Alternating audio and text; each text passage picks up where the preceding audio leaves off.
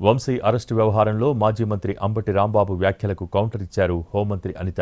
గతంలో తాము ఎలా వ్యవహరించారో గుర్తు తెచ్చుకోవాలన్న ఆమె ఇదే కర్మ సిద్ధాంతమంటూ సెటైర్లు వేశారు.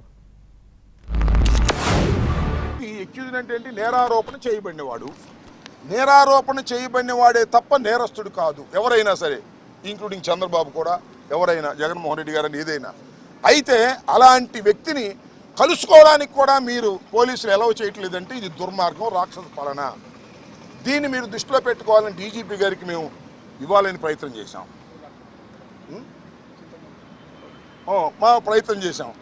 అయితే ఇంత దారుణంగా జరుగుతున్న అంశాన్ని మీ ద్వారా ప్రజల దృష్టికి తీసుకొస్తున్నాం.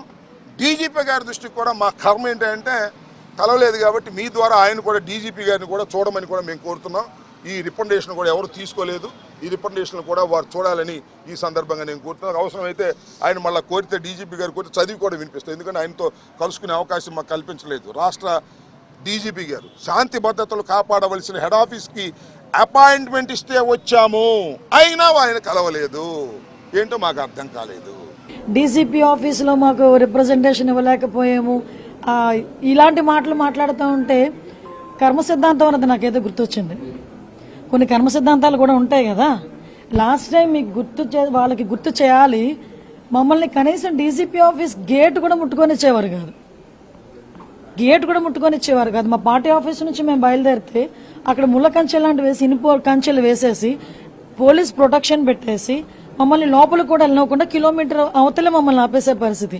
ఈరోజు చాలా మంది ఈ 7 నెలల కాలంలో డీజీపీని కలిసిన సందర్భాలు చాలా ఉన్నాయి. వైఎస్ఆర్సీపీ వాళ్ళు, ఇదే ఎక్స్ మినిస్టర్ అంబటి రాంబాబు వీళ్ళందరూ కూడా ఈ 7 నెలల్లో 2-3 సార్లు వెళ్ళి డీజీపీని కలిసిన సందర్భం కూడా ఉంది.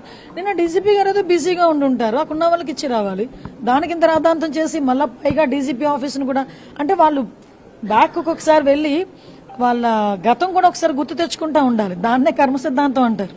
అది ఎలా మర్చిపోకూడదు, మనం మర్చిపోయిన కర్మ అన్నది మర్చిపోదు కదా.